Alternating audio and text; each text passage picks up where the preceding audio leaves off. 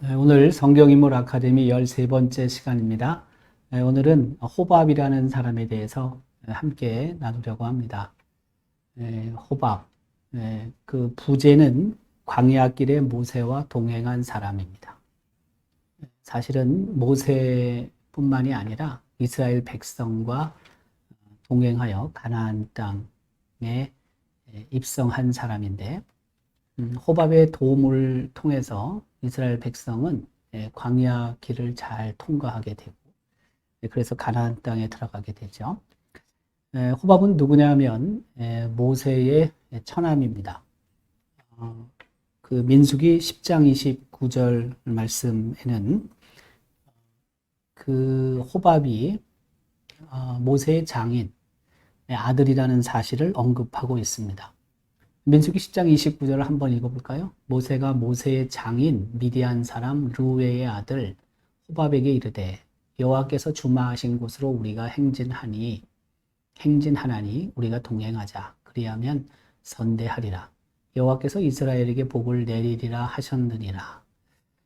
민수기 10장 29절에는 모세의 장인은 미디안 사람이고 그 이름은 르우엘이라고 기록하고 있습니다. 지난 시간 우리가 함께 살펴봤지만 르우엘은 이드로라는 또 다른 이름을 갖고 있고요. 그 르우엘 아들, 이드로의 아들이 호밥이라는 사실이죠. 따라서 그 호밥의 부친은 이드로, 르우엘이고 그는 미디안 족속 출신이라는 것을 알 수가 있습니다. 우리가 잘 알고 있듯이 그 모세가 애굽에 가서 이스라엘 백성을 이끌고 애굽을 출애굽하죠. 나오게 되죠. 그리고 광야에 머물게 됩니다. 그때 그 모세의 장인인 이드로, 르우엘이 모세의 부인 십보라와 그의 아들 둘이죠. 게르솜과 엘리에셀을 데리고 모세를 찾아오죠. 그러니까 모세가 이스라엘 백성을 이끌고 홍해를 건너서 광야를 따라 행진하죠. 그러다가 그 진을 친 곳에 그 모세의 장인 이드로가 모세의 식구들을 데리고 올 때 아마 호밥도 같이 왔을 것으로 우리는 추측할 수 있습니다. 어쨌든 호밥은 그 이드로의 아들이고 모세의 처남인데요. 그 호밥이 그 모세의 부인인 십보라의 오빠로 그렇게 보통 생각을 합니다. 어쨌든 그 호밥은 그 모세의 처남인 동시에 미디안 사람이었죠. 미디안 족속이었습니다. 우리가 알고 있듯이 미디안 광야에서 모세가 광야 40년을 생활하죠. 그 미디안 광야에는 그 이드로, 장인 이드로가 생활했던 장소 아닙니까? 바로 그곳에서 그 십보라를 만나게 되고 모세가 결혼하게 되잖아요. 지난 시간에도 우리가 함께 살펴봤지만 그 미디안 족속, 그 미디안 족속은 그 우상 숭배를 자행했던 족속입니다.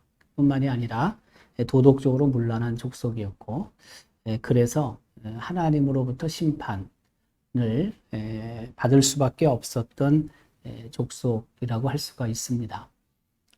그 민수기 25장 1절부터 6절까지 내용은 그 사실을 어느 정도 우리로 하여금 그 생각하게 합니다. 한번 읽어볼까요? 이스라엘이 시딤에 머물러 있더니 그 백성이 모압 여자들과 음행하기를 시작하니라.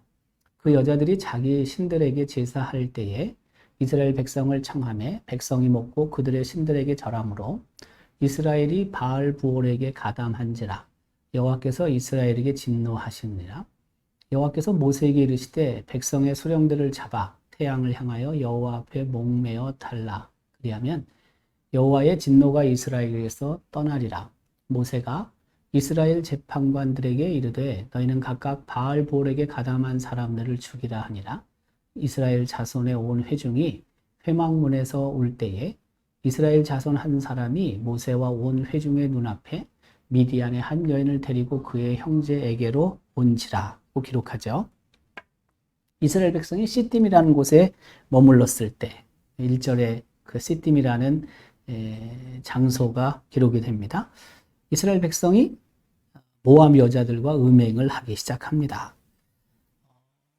그 음행을 시작하는 것, 바로 도덕적으로 문란한 일이 벌어지게 되죠. 뿐만이 아니라 그 모압 여인들의 우상들에게 모압 여인들이 제사를 하게 되죠. 근데 이스라엘 백성이 그 일을 동참하게 되는 거죠. 우상을 섬기는 일을 하게 되는 거죠. 그래서 그 3절에는 이스라엘이 바알 부올에게 가담했다라고 기록하고 있는데, 저 바알 부올이라는 것은 지명이라고도 할 수 있고, 또 한편으로는 그 모압의 우상이라고 할 수 있습니다. 결국에 광야에서 이스라엘 백성은 그 우상을 알게 되고 또 우상을 섬기게 되죠. 앞에 모압 여인들과 음행하게 됐다는 기록도 있는데, 바로 이어서 그 미디안의 한 여인이 나오죠. 근데 그 미디안의 한 여인은 보통 고스비로 우리가 생각을 하고요. 그 고스비 역시 그 음행하는 이스라엘 백성, 음행하도록 이스라엘 백성을 유혹하게 되고, 결국에는 그 고스비뿐만이 아니라 그 이스라엘 백성이 이 미디안 그 족속들을 이제 처리하는 그런 일들이 민수기 25장 6절 이하에 기록되고 있습니다. 다시 말해서 모압 여성들과의 음행, 그리고 바로 이어서 미디안의 한 여인 등장하는 것은 이 미디안 족속이 우상 숭배를 하는 족속일 뿐만이 아니라 이스라엘 백성을 유혹해서 결국에는 그 도덕적으로 문란하게 만들었던 것으로 우리는 추측할 수 있죠. 이스라엘 백성을 우상 숭배의 죄에 빠뜨리고, 그리고 또 그런 음행의 자리로 나아갈 수 있도록 한 족속입니다. 결국에 미디안의 심판을 하나님께서는 말씀하십니다. 바로 이런 미디안 족속인 모세의 장인 이드로, 그리고 모세의 처남인 호밥을 우리는 계속해서 연이어 지금 살펴보고 있는 것입니다. 그런데 모세가 이 호밥에게 그 광야의 길을 같이 가자고, 동행을 하자고 요청을 하는 거죠. 호밥은 모세의 요청을 받게 됩니다. 특별히 모세는 우리와 동행하자라고 그렇게 민수기 10장 29절 상반절에서 요청을 합니다. 모세가 모세의 장인 미디안 사람 르웨의 아들 호밥에게 이르되, 여호와께서 주마하신 곳으로, 여호와께서 우리에게 주시겠다고 약속하신 곳으로 우리가 행진하니 우리와 동행하자, 그렇게 요청을 하는 것입니다. 사실 앞서 언급한 것처럼 비록 그 호밥은 모세의 부인의 오빠이긴 하지만 이스라엘 백성은 아니죠. 지금 하나님께서는 가나안 땅을 이스라엘 백성에게 약속하셨고, 그래서 이스라엘 백성은 광야를 거쳐서 어쨌든 가나안 땅으로 들어가야 하는데, 그 어떻게 보면은 그 처가 식구잖아요. 근데 처가 식구를 가나안 땅으로 가는 길에 동행하자고 모세가 요청을 한단 말이에요. 가나안 땅에는 이스라엘 백성만 가는 겁니다. 그런데 요청을 해요. 그 요청하는 이유가 무엇일까? 요청의 이유에 대해서 모세는 분명하게 언급을 합니다. 왜냐하면 호밥이 광야길의 전문가이기 때문에 그렇습니다. 그 민수기 10장 31절은 그 사실을 기록하고 있습니다. 모세가 이르되 청하건대 우리를 떠나지 마소서, 당신은 우리가 광야에서 어떻게 진칠지를 아나니 우리의 눈이 되리이다. 우리가 광야에서 어떻게 진을 칠 수 있는지 호밥은 그 부분의 전문가라는 것입니다. 광야의 지리에 익숙한 사람. 누가요? 바로 호밥입니다. 왜? 호밥은 광야에서 태어나고 광야에서 생활한 사람 아닙니까? 그러니까 어디에 진을 쳐야 하는지를 호밥은 누구보다도 잘 알고 있었을 것입니다. 이스라엘 백성이 수없이 많은 사람들이 지금 행진하고 있지 않습니까? 물론 하나님께서 서라고 하실 때 서고 가라고 하실 때 가긴 하지만 그러나 미세한 부분에 있어서 그 광야를 너무나 잘 알고 있는 호밥의 도움이 꼭 필요했죠. 다시 말해서 광야길이 언제까지 계속될지 모르지만 결국에는 40년 이스라엘 백성이 광야 생활 하잖아요. 처음에야 뭐 40년까지 갈 거라고 생각은 안 했겠지만 그러나 우리가 알고 있듯이 이스라엘 백성이 가데스 바네아에서 그 가나안 땅을 정탐하고 돌아온 다음에 그 정탐꾼들이 불평하잖아요. 40일 동안 정탐하고 왔는데 불평하는 것을 보면서 하나님이 그렇게 말씀하시죠. 하루를 1년으로 계산해서 광야에 머물다가 가나안 땅에 들어갈 거다. 그래서 40년을 광야 생활하는데 지금 이 사건은 그 가데스 바네아의 사건 전 얘기거든요. 그러니까 어떤 측면에서는 그 이스라엘 백성이 굉장히 빨리 한 1년 안에 가나안 땅에 들어갈 수도 있었어요. 그런데 그 불순종, 불평, 원망 때문에 결국에는 40년 동안 광야에서 헤매다 들어가게 되는 거 아니에요? 그 광야길의 전문가인 호박, 그 광야의 안내자, 가이드가 될 호박, 그에게 그 광야를 너무나 지리를 잘 알고 있기 때문에 모세 입장에서는 사실 부탁을 할 수 있는 거죠. 충분히 우리가 그의 지혜를 구할 수 있다라고 생각합니다. 근데 혹시라도 또 우리가 이런 생각을 할 수도 있어요. 지금 하나님께서 낮에는 구름 기둥, 밤에는 불 기둥으로 인도하시는데 하나님께서 멈춰야 할 때를 말씀하시고 또 가야 할 때를 말씀하고 계시는데 아니 굳이 호밥이 왜 필요하냐? 지금 모세가 믿음이 부족한 게 아니냐?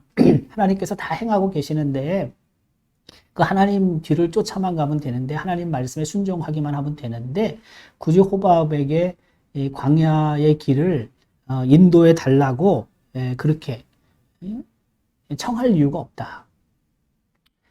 그 광야를 가면서 진을 치는 그 곳, 그 장소 가장 좋은 곳, 그것도 사실은 하나님께서 해결하실 텐데 굳이 호밥에게 왜 부탁하느냐. 그래서 모세가 지금 참 믿음이 부족한 게 아니냐, 하나님을 신뢰하고 있지 않은 게 아니냐라고 질문할 수도 있죠. 그런데 그런 측면에서 우리가 생각하기보다는 다시 말해서 하나님이 이스라엘 백성이 광야를 통과할 때 최고의 그 가이드다라는 것을 인정하지 않는다는 의미가 아니라 앞서 언급한 것처럼 호밥이 그 광야에 대해서 너무나 잘 알고 있기 때문에 익숙하잖아요. 전문가잖아요. 그래서 그의 지혜를 구한다는 측면에서 우리는 저 부분을 이해해야 하는 것입니다. 이스라엘이 진은 어디다 치며 또 모래바람이 불어왔을 때 어떻게 피해야 하고, 그렇죠? 혹은 또 가다가 그가 알고 있는 오아시스를 어디서 어떻게 만나야 하는지 뿐만이 아니라 그 광야 생활 속에서 그 독충이나 짐승들을 어떻게 피해야 하는지 이미 그는 삶이 그거였잖아요. 그러니까 그가 갖고 있는 경험이나 노하우나 지혜들을 사용할 필요가 있는 거죠. 이스라엘 백성은 지금 처음 광야길을 떠난 거고 호밥은 광야에서 평생 산 거고 호밥이 몇 살인지는 잘 몰라요. 근데 지금 모세 같은 경우에 80세잖아요. 40년은 애굽에서 살았고 또 40년은 광야에서 살다가 모세가 애굽으로 들어가서 이스라엘 백성을 이끌고 지금 나온 거 아니에요? 그러니까 모세가 80인데 뭐 십보라, 부인인 십보라가 몇 살인지도 모르고, 호밥도 오라버니라고 생각을 하고, 또 십보라의 나이가 몇 살인지 모르기 때문에 호밥의 나이도 모르죠. 그러나 뭐 대충 우리가 그냥 생각할 때 뭐 80그 언저리 위아래 되지 않겠어요. 그러니까 오랜 세월 동안 광야에서 호밥이 생활했기 때문에 그 광야의 전문가라는 것을 모세는 인정한 거죠. 그 전문성을 인정하고, 그리고 동행하면서 이스라엘 백성이 광야를 통과할 때 필요한 여러 정보들을 얻고자 했던 것이죠. 그 광야의 안내자고 광야의 지리에 익숙한 사람이 바로 호밥이었기 때문에 모세는 동행을 요청했던 것입니다. 특별히 조력자가 모세에게는 필요했습니다. 조력자가. 그래서 모세는 이런 말을 하죠. 민수기 10장 31절에 우리의 눈이 되어 주십시오라고 말을 하죠. 한번 읽어볼까요? 모세가 이르되 청하건대 우리를 떠나지 마소서. 당신은 우리가 광야에서 어떻게 진칠지를 아나니 우리의 눈이 되리이다. 우리의 눈이 되리이다. 우리의 눈이 되어 주십시오. 당시 사막 부족들 사이에서 널리 사용된 이 표현이 우리의 눈이라는 것입니다. 그것은 앞서 언급한 것처럼 광야의 지리에 아주 익숙하고 있다. 너무나 잘 알고 있다라는 뜻입니다. 모세가 호밥을 필요로 하는 것은 바로 이런 이유 때문에 그렇습니다. 물론 하나님께서 보시고 하나님께서 모든 것들을 아시고 하나님께서 친히 인도하실 것이긴 하지만, 그러나 그 모세의 경험과 지혜가 필요했다는 것이고요. 이것은 모세가 호밥을 하나님보다 더 의지했다라는 뜻은 아닙니다. 앞서 언급한 것처럼 그 호밥의 그 전문성을 인정했다라고 우리는 생각해야 한다는 것입니다. 모세는 그 처남인 호밥에게 하나님의 은혜가 임하기를 원했죠. 사실 모세가 약속할 수 있었던 것은 아무것도 없어요. 모세 입장에서는 이스라엘 백성이 애굽에서 나왔고 광야를 지나서 결국에는 젖과 꿀이 흐르는 땅, 가나안 땅에 입성하게 되는데, 그게 하나님의 놀라운 은혜죠. 그 하나님의 약속을 호밥에게 이야기할 수밖에 없어요. 지금 벌어질 일은 아니에요.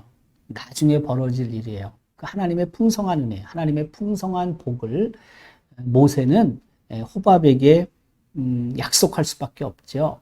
그래서 민수기 10장 29절 하반절에는 이렇게 모세가 호밥에게 말하죠. 그리하면 선대하리라. 여호와께서 이스라엘에게 복을 내리리라 하셨느니라 라고 기록하잖아요. 선대하리라는 의미는 뭐냐면 우리가 당신을 잘 돌봐주겠다. 우리가 잘 대접해 주겠다라는 뜻입니다. 다시 말해서 물론 광야를 지날 때에도 광야 가운데서도 이스라엘 백성이 호밥을 잘 대접하고 잘 돌봐주겠다는 의미도 포함될 수 있겠지만, 그러나 가나안 땅에 들어가서 모세가 호밥 그리고 그 식구들, 어떻게 보면 후손들까지 잘 대해주겠다, 대접하겠다라는 약속이 저 속에 포함되어 있는 것입니다. 뭐 그럴 수밖에 없죠. 우리가 알고 있듯이 호밥이 이스라엘 백성이 광야를 통과하는데 중요한 역할을 하잖아요. 도움을 받잖아요. 그러니까 모세에게는 그 호밥을 잘 대해줘야 될 책임이 있는 거죠. 그가 이스라엘 백성을 도와서 이스라엘 백성이 어쨌든 불편한 것이나 그 위험이나 이런 부분으로부터 어느 정도는 면제가 되잖아요. 그렇기 때문에 이스라엘 백성을 도운 호밥에게 모세는 잘 대해줄 수밖에 없다고 약속을 하는 거죠. 자, 뿐만이 아니라 모세는 호밥에게 또 약속을 합니다. 그게 뭐냐면 하나님께서 복을 내리실 것이다 라는 뜻입니다. 민수기 10장 32절 말씀을 함께 읽겠습니다. 우리와 동행하면 여호와께서 우리에게 복을 내리시는 대로 우리도 당신에게 행하리이다 라고 기록합니다. 저 부분은 이런 의미입니다. 줄친 부분은 여호와께서 우리에게 복을 내리시는 대로 우리도 당신에게 행하리이다 라는 의미는 하나님이 우리에게 베푸시는 복을 똑같이 나누겠습니다 라는 뜻입니다. 하나님의 복이 크면 클수록 그 호밥에게 가야 될 복도 크겠죠. 하나님의 은혜가 작으면 작을수록 적다고 해서 이스라엘 백성이 독차지하지 않겠다는 거예요. 그것을 나누어서 호밥과 그의 후손들에게, 그 가족들에게 전하겠다라는 뜻입니다. 만약 호밥이 이스라엘 백성과 함께 동행해서 광야를 거칠 때 그 가이드, 안내자 역할을 한다면 하나님께서 호밥에게 은혜와 복을 허락하실 것이다라는 것을 분명히 모세는 약속하고 있는 것입니다. 사실 모세 입장에서는 이스라엘 백성에게 하나님이 크신 은혜를, 크신 복을 주실 거라는 분명한 확신이 있었죠. 따라서 그들이 받은 은혜를 나누는 것, 호밥에게 주는 것, 나눠주는 것, 그것도 분명한 그 약속에 근거한 것이라고 할 수가 있습니다.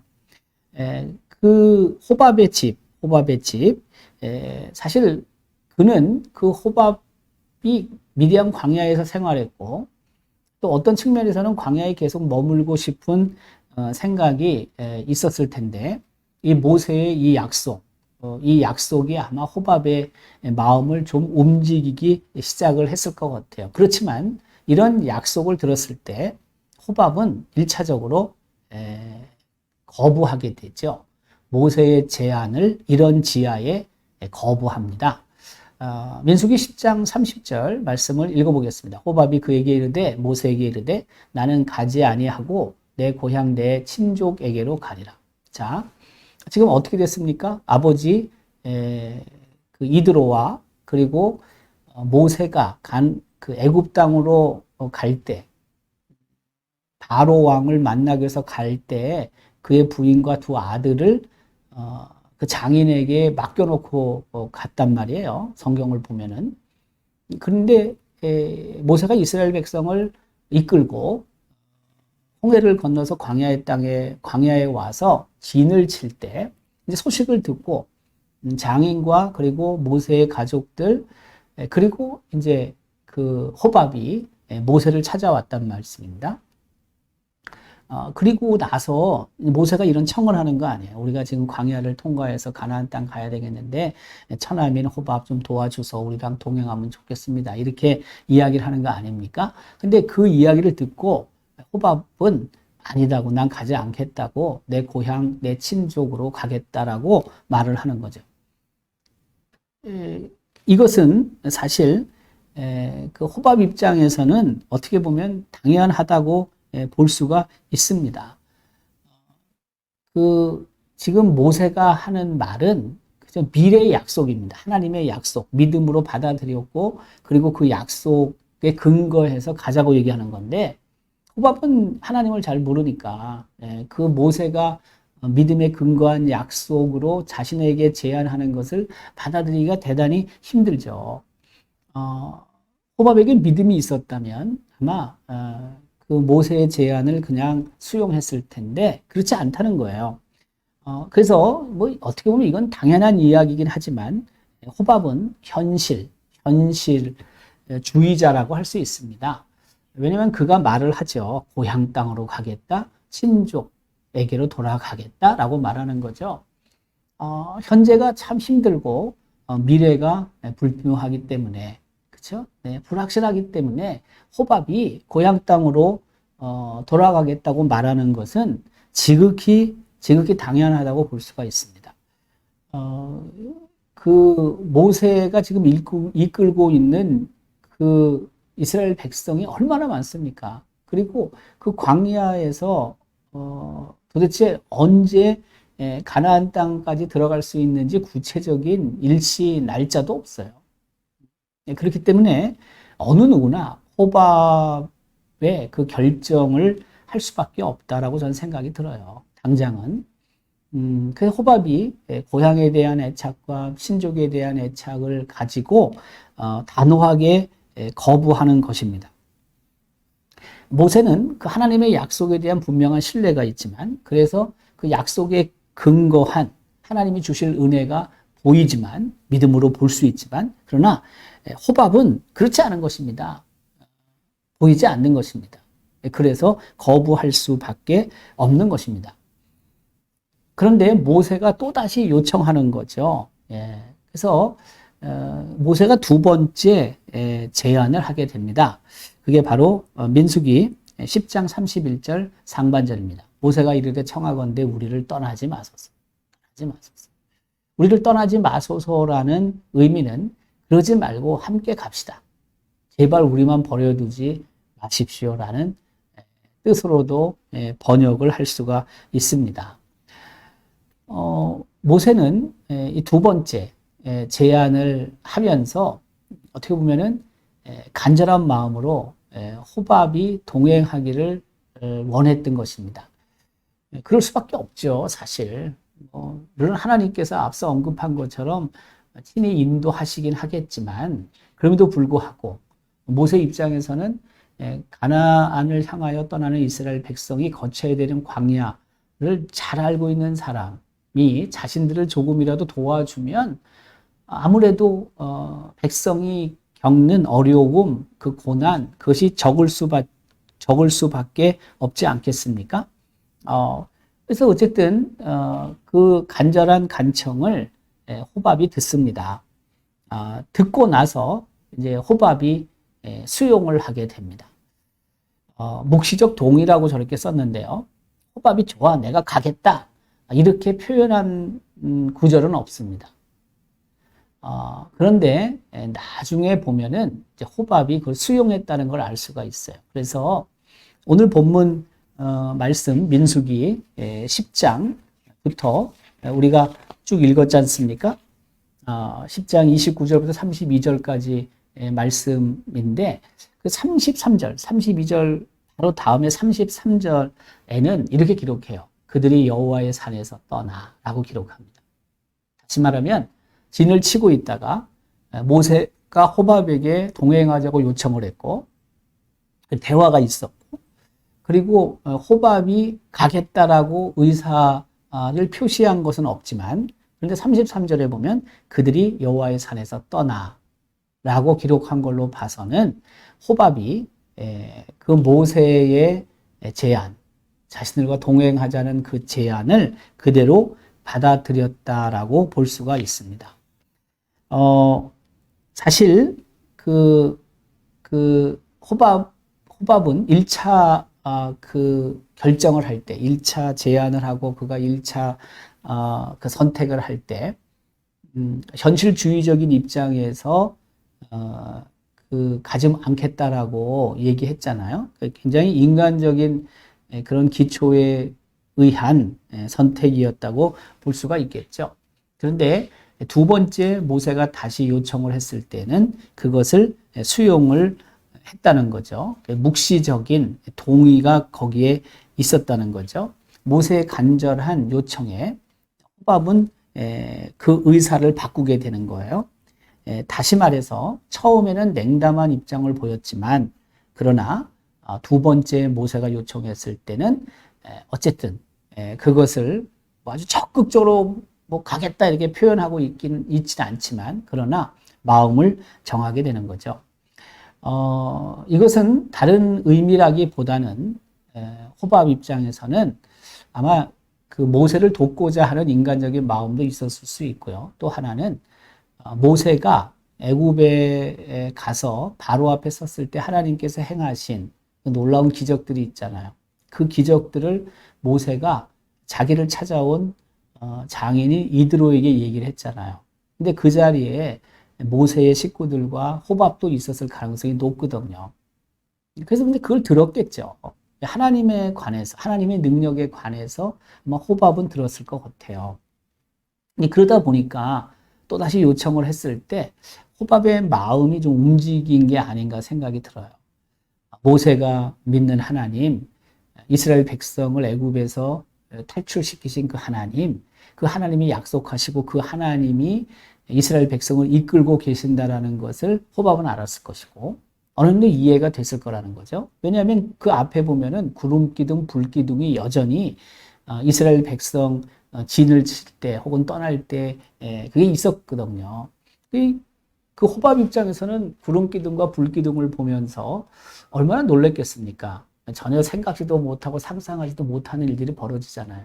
근데 처음에 제안했을 때는 그걸 거부했단 말이에요. 그 두 번째 제안했을 때는 여러 가지 생각을 호밥이 하지 않을 수 없었을 거라는 거죠. 그래서 그가 묵시적으로 동의하고 결국에는 이스라엘 백성과 함께 길을 출발하게 되는 것입니다. 이 묵시적 동의의 부분은 호밥의 후손이 가나안 땅에 거주하고 있다는 사실을 통해서 우리는 알 수가 있습니다. 사사기 1장 16절에는 바로 그 호밥의 후손들을 언급합니다. 호밥의 뭐 가족들 혹은 그 아래 때도 생각할 수 있겠죠. 사사기 1장 16절 읽어보겠습니다. 모세의 장인은 겐 사람이라 그의 자손이 유다 자손과 함께 종려나무 성읍에서 올라가서 아랏 남방의 유다 황무지에 이르러 그 백성 중에 거주하니라. 저희가 어디예요 지금? 가나안 땅입니다. 모세의 장인 겐 사람인데 그 겐 사람의 후손들이 자손들이 그렇죠? 유다 자손들과 함께 있었단 말이에요. 종려나무 성읍에 올라갔단 말이에요. 아랏 남방의 유다 광야에 이르게 된단 말이에요. 그 백성 중에 거주했단 말이에요. 다시 말하면은 그 호밥이 모세의 제안을 수용해서 그가 가나안 땅에 입성하게 됐고 그리고 가나안 땅에 들어가서 그도 토지를 분배받았다. 성경적인 표현에 의하면 기업을 분배받았다라고 생각할 수 있는 거죠. 저것으로 우리는 호밥이 모세와 동행했다라는 사실을 우리는 알 수가 있는 것입니다. 사실 그 호밥의 행위, 두 번째 그 결정 수용하는 것은 약속을 믿고 그가 출발했다라고 볼 수 있습니다. 만약 모세가 갖고 있는 하나님의 약속, 그것을 호밥이 인정하지 않는다면, 믿지 않는다면 출발할 수 없습니다. 그 광야의 여정이 쉬운 게 아니잖아요. 위험한 여정이잖아요. 근데 아무리 하나님께서 그렇게 뭐 앞서가시고 뒤로 막아주시고 이끌어가시고 인도하신다 할지라도 그 하나님의 약속, 가나안 땅을 향한 하나님의 약속, 그 약속을 그 호밥이 수용하지 않는다면 결국 떠날 수 없는 거죠. 약속을 믿고 출발한 여정입니다. 모세도 그랬지만 이제부터 호밥도 마찬가지입니다. 뿐만이 아니라 믿음으로 걸어간 여정이라고 할 수가 있습니다. 가나안 땅에서 호밥의 후손들이 산다는 것은 비록 이방인이긴 하지만 그러나 그 믿음의 삶에 이제 동참한다라는 뜻이죠. 가나안 땅에 살면서 그 호밥의 후손들이 겐 자손의 후손들이 하나님을 믿지 않고 산다는 것은 말이 안 되는 거죠. 그곳에 함께 가서 이제 그 유다 민족 이스라엘 백성과 동화되어서 하나님을 인정하며 산다는 거죠. 바로 그 겐 후손의 믿음의 시작은 호밥으로부터 시작이 되었다라고 해도 틀리지 않는다는 말씀입니다.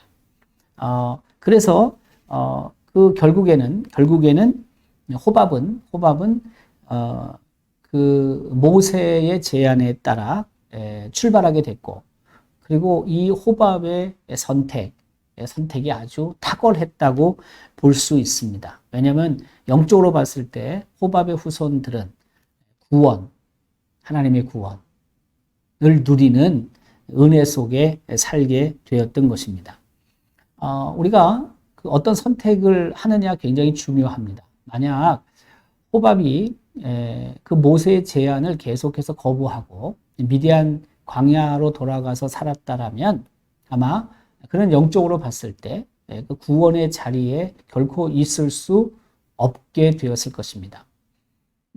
그래서 그 40년 광야 생활 속에서 호밥의 역할, 그 이후에 성경엔 기록하고 있지 않아요. 그렇지만은 중요한 포인트에서 중요한 역할들을 했을 것이고, 그리고 그가 가나안 땅에 모세와 그 모세를 도와서 결국에 가나안 땅에 입성을 한 후에 그도 기업을 분배받았고 그의 후손들이 그 믿음의 그 구원의 영역 안에 포함되었다라는 것.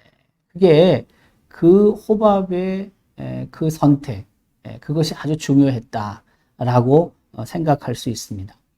한 사람의 그 선택, 하나님에 대한 믿음, 이것이 후손들에게도 계속 그 복으로 이어진다는 것을 기억해야 한다는 것입니다. 결국 호밥은 하나님의 백성과 동행한 사람이었죠.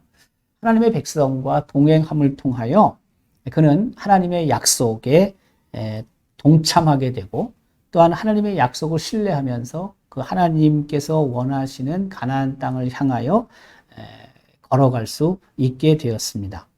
존 칼빈은 민수기 10장 31절 32절을 나름대로 이렇게 번역했습니다.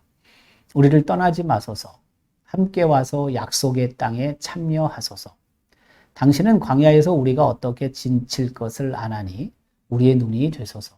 또 우리는 고생에 동참해 달라는 것이 아니라 우리와 같이 가나안에 가지 않더라도 많은 좋은 일을 해 달라는 부탁입니다.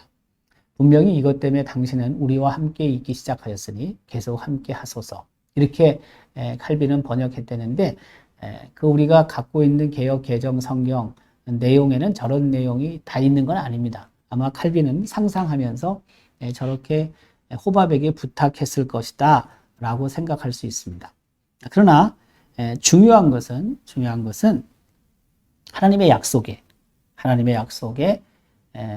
그 참여하는 사람들은 하나님의 약속을 신뢰했기 때문에 가는 것입니다. 하나님의 약속을 신뢰하지 않는다면 어떻게 그 모세가 제안한 광야 길을 동행하는 일에 참여할 수 있겠습니까? 그렇지 않습니까? 따라서 하나님의 약속을 신뢰하는 사람들은 지금 고난 속에 있는 하나님의 백성들을 외면하는 것이 아니고 그 하나님의 백성들과 함께 동행할 수 있는 거죠. 같이 갈 수 있는 거죠. 왜요? 그래야지만 그가 하나님의 약속에 참여하는 은혜를 누릴 수 있기 때문에 그런 것입니다. 하나님의 백성과 동행하는 사람들, 그 사람들에게는 하나님께서 결국에 큰 복을 허락해 주시기 때문에 그런 것입니다.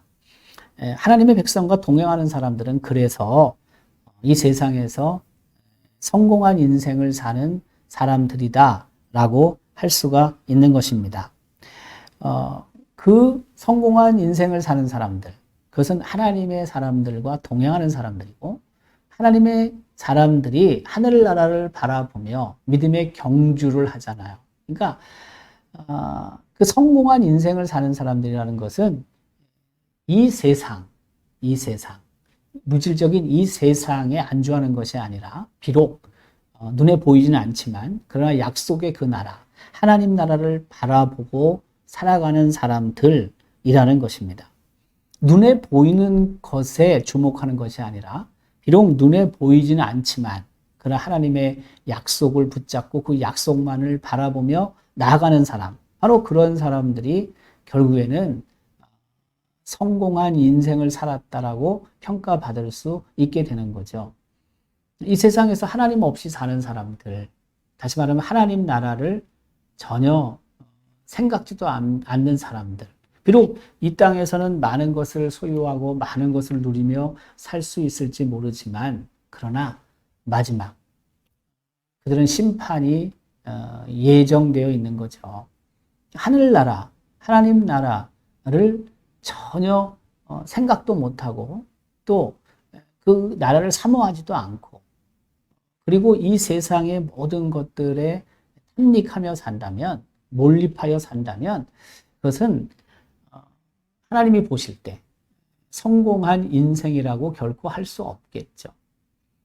이 땅에서도 잘 살고 이 땅에서 누릴 거 다 누리고, 그리고 또 믿음을 지켜서 하늘나라를 소유하게 된다면 그것만큼 감사한 게 어디 있겠습니까? 그러나 때로는 이 땅에서 세상 사람들이 볼 때는 실패한 삶을 살아갈 수도 있습니다. 그러나 하늘나라를 사모하고 하나님 나라를 준비하고 그 믿음의 경주를 잘하게 된다면 하나님 보실 때 그 사람의 인생은 성공한 인생이라고 당연히 할 수 있겠죠.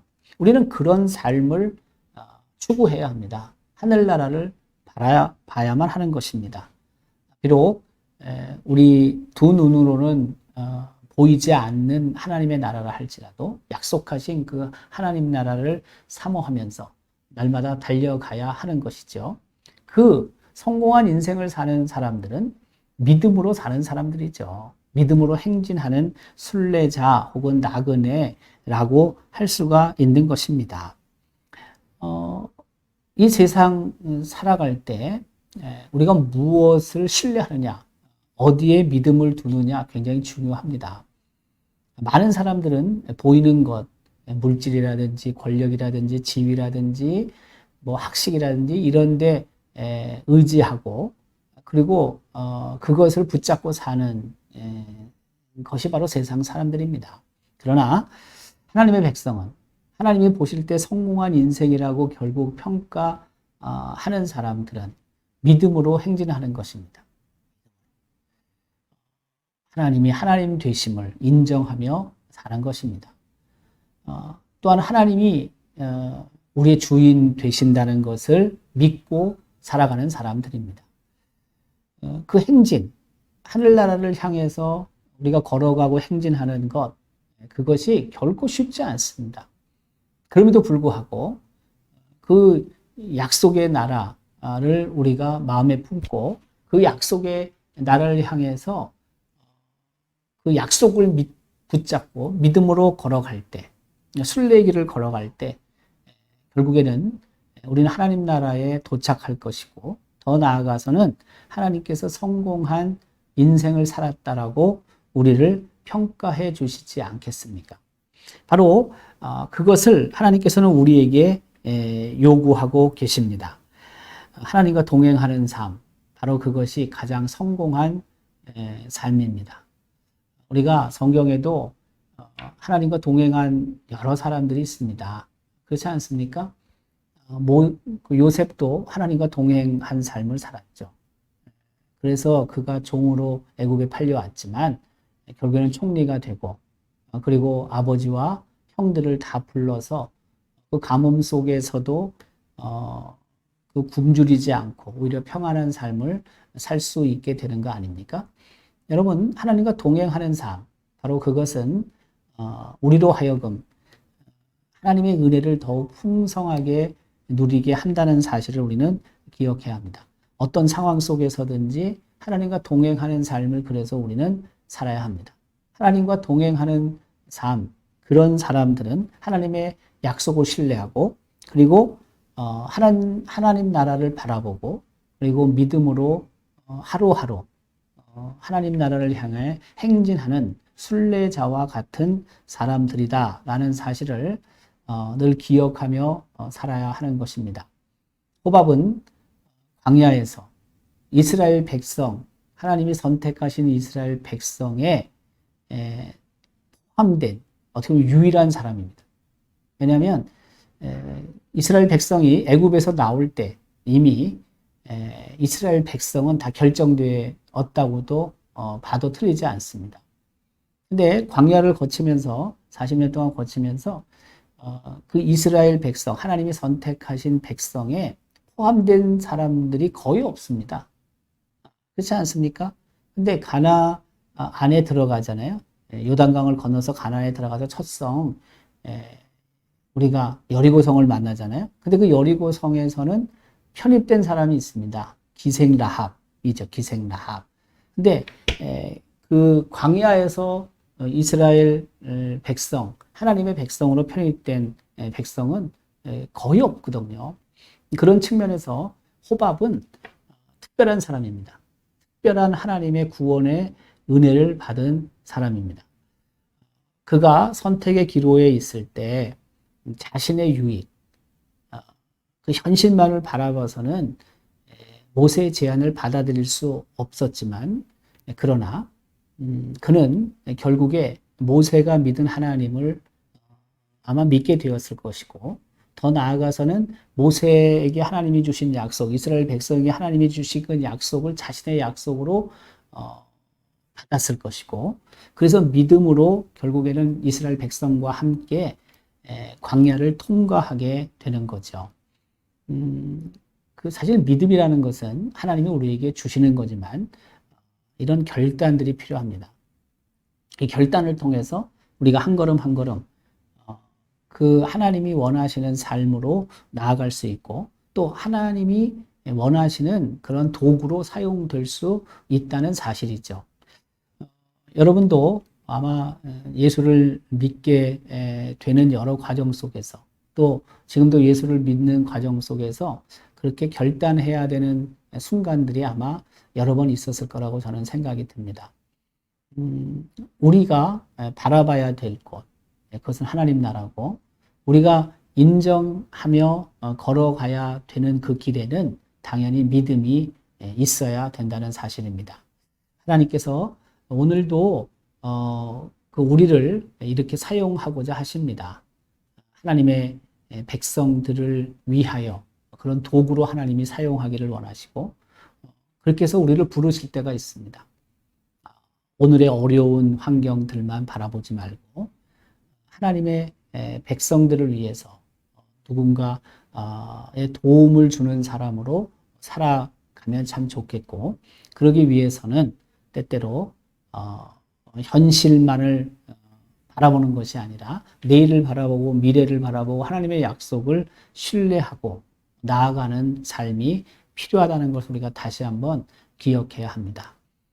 하나님 나라와 하나님의 교회와 하나님의 백성들을 위해서 하나님이 나를 부르실지 모릅니다. 그때 겸손히 내 어렵고 내 상황, 내 환경들을 앞세우고 거부하는 것이 아니라 호밥처럼 그것을 인정하고, 그래서 호밥이 이스라엘 백성을 도왔듯이 부르심에 순종한 우리들이 하나님의 백성들과 하나님의 교회를 위한 도움의 도구로 사용이 되어서 결국에는 하나님의 뜻을 이루어가고, 또한 하나님이 부으시는 풍성한 은혜와 복을 호밥이 누렸듯이 우리들도 그 풍성한 복과 은혜를 누릴 수 있게 되기를 주님의 이름으로 기원합니다. 하나님 참 감사합니다. 오늘 우리가 호밥에 대해서 함께 나누었습니다.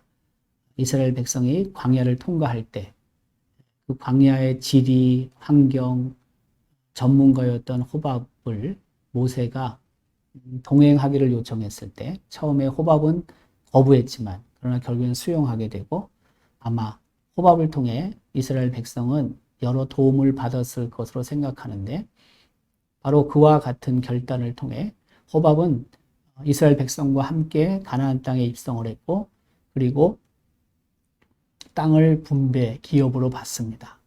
하나님께서 우리를 하나님의 도구로, 교회를 위한 도구로, 하나님의 백성들을 위한 도구로 부르실 때가 있는데, 내 상황, 내 환경들만을 생각하며 거부하지 않게 하시고, 그 하나님의 그 뜻에 부르심에 순종하여 나아가 결국에는 하나님의 나라를 든든히 세워가는 그런 도구로 저희들을 사용해 주시기 원합니다. 하나님과 동행하는 삶, 하나님의 약속을 신뢰하는 것이고, 또한 믿음으로 행진하는 것이고, 더 나아가서는 하나님의 뜻을 바라보고 하늘나라를 향하여 걷는 삶인데, 우리가 바로 그런 삶의 자세로 걸어갈 수 있게 하시고, 그래서 단 한 사람도 예외 없이 모두가 하나님 나라에 입성하는 삶이 되게 하여 주옵소서. 한 주도 호밥을 묵상하며 살기를 원합니다. 고맙습니다. 예수님의 이름으로 기도드리옵나이다. 아멘. 다음 주일 다시 우리 성경인물 아카데미 만나도록 하겠습니다. 한 주 동안도 하나님께서 부으시는 풍성한 은혜가 넘치고, 더 나아가서 호밥을 통해 우리에게 주시는 하나님의 말씀에 귀를 기울이는 그런 복된 시간이 될 수 있기를 바랍니다.